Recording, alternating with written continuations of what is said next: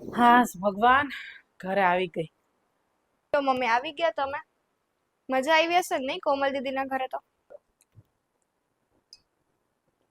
બહુ મજા આવી. આરામે આરામ હતો. એનું તો બે ટાઈમ મસ્ત એસી કરીને સુઈ રહેતી હતી, કઈ કામકાજ નહીં. અહીં તો બધું તારો અહીંયા બધું કામ કરવું પડતું હતું મારે. દીદીના ઘરે તો આરામ હતો ને? હાસ તો કેવો મસ્ત આરામ, મસ્ત રસ રોટલી ખાઈને આરામ જ કર્યો છે મેં તો. તાર જેમ નહીં તો ઓલું કરો ને આ કરાવો ને.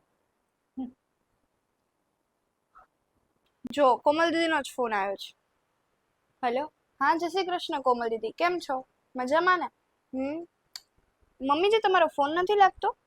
હા, ચાર્જિંગ નથી એમાં તો. એમાં ચાર્જિંગ નથી એટલે હું પહોંચી ગઈ. પહોંચી ગયા છો મમ્મીજી?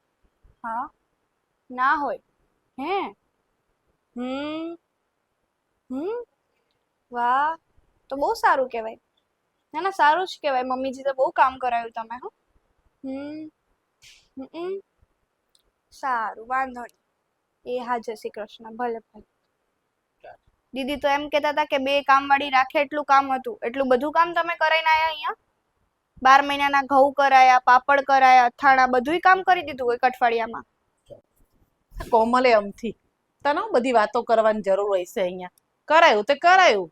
ગઈ તી તે રોકાવા થોડું ઘણું કરાવી દીધું, એમાં શું થઈ ગયું?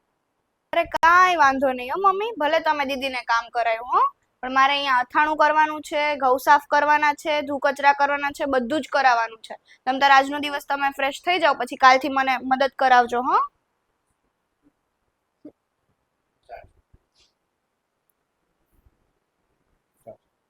આ કોમલીને ક્યાં આવી ડાપણો કરવાની આવતી હતી. હવે આને બધું કહીને બેઠી. હવે મારે તો મહિનો સાંભળવી પડશે ને કચકચ. નહીં આમ નહીં, નહીં આમ નહીં.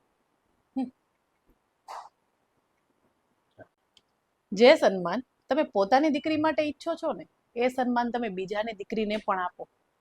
તમારું શું કહેવું છે? જો આ સ્ટોરી ગમી હોય તો મને ફોલો કરવાનું ભૂલતા નહીં, વધારે ને વધારે શેર કરો અને કોમેન્ટ કરવાનું પણ ભૂલતા નહીં. રાધે રાધે.